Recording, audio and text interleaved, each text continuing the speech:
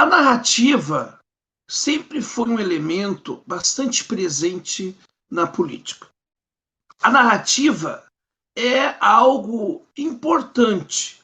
Ela já mudou rumos de eleições, ela já criou falácias e até, de uma certa maneira, ela é responsável por vitórias do campo progressista, ou seja, do avanço das ideias. A narrativa sempre é um elemento importante para a discussão política. Porém, ela tem ganhado uma proporção enorme, muito maior do que ela teve em outros tempos, com a ascensão das redes sociais. E estas narrativas, elas estão se tornando elementos também para a promoção do que eu chamo da demagogia, daquilo que eu também chamo de hipocrisia e daquilo que podemos também chamar de moralismo de goela. Esse canal já se posicionou contrário ao voto do senador Cid Gomes na tal PEC do saneamento. Aliás, PEC não, perdão, na PL do saneamento básico. Mas, todavia, entretanto, nós precisamos colocar também outros elementos para esta reflexão.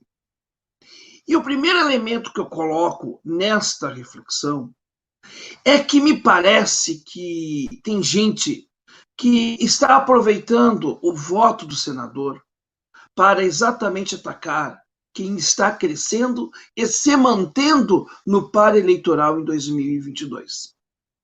Primeiro, que o voto não foi dado pelo Ciro, foi pelo irmão. Segundo, que o posicionamento do Cid não necessariamente é o posicionamento do PDT. Aliás, não é. Tanto é que o movimento do partido que atua nesse segmento, o ecotrabalhismo, a qual eu faço parte, se posicionou contra esse projeto de lei. Nós entendemos que é ruim, mas há falácias aí, como, por exemplo, dizer que isso é a privatização da água em si. Eu acho que não é. Ele é um estopim para isso, mas não é a privatização das águas necessariamente, ou do saneamento básico. O que me parece importante que vocês aí precisam entender é que tem muita gente, que quando o PT fez, né, uma atuação neoliberal, se calou. E eu falo isto porque eu lá atrás,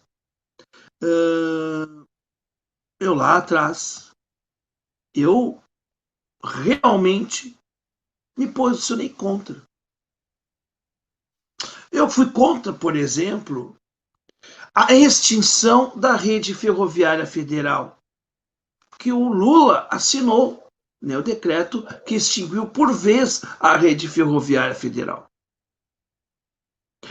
O desmonte da Infraero nos governos Lula e Dilma.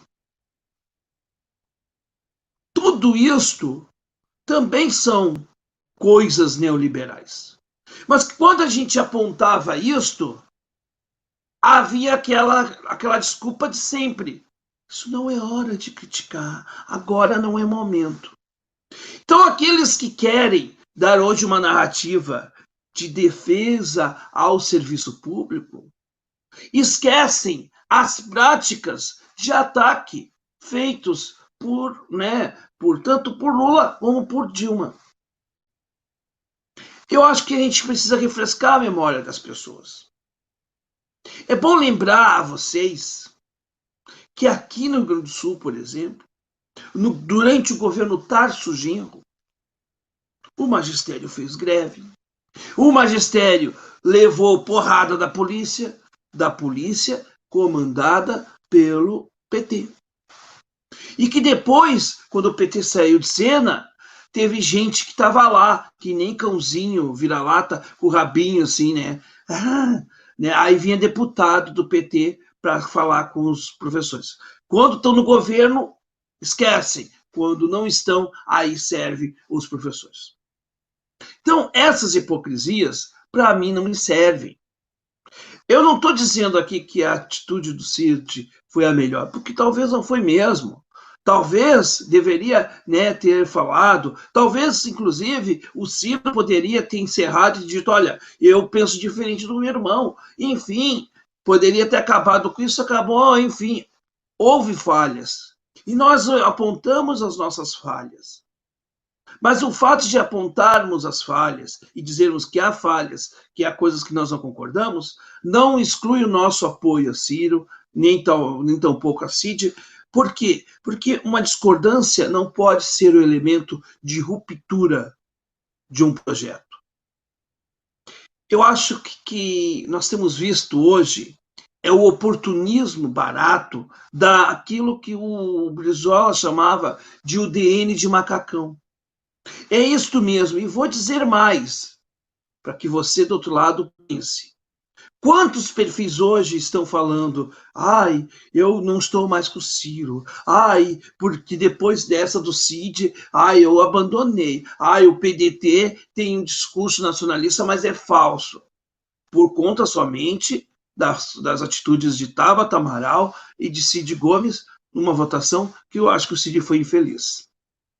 Mas as pessoas não consideram isso.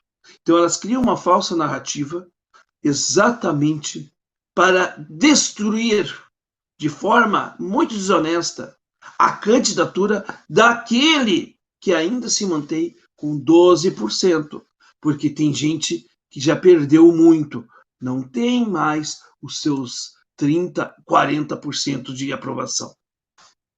Pois é, meus amigos. Então, é gente aí com telhado de vidro querendo jogar pedra no telhado dos outros. Os mesmos que agiram como neoliberais durante 12, 13, 14 anos, agora querem combater o neoliberalismo, agora serve o combate ao neoliberalismo.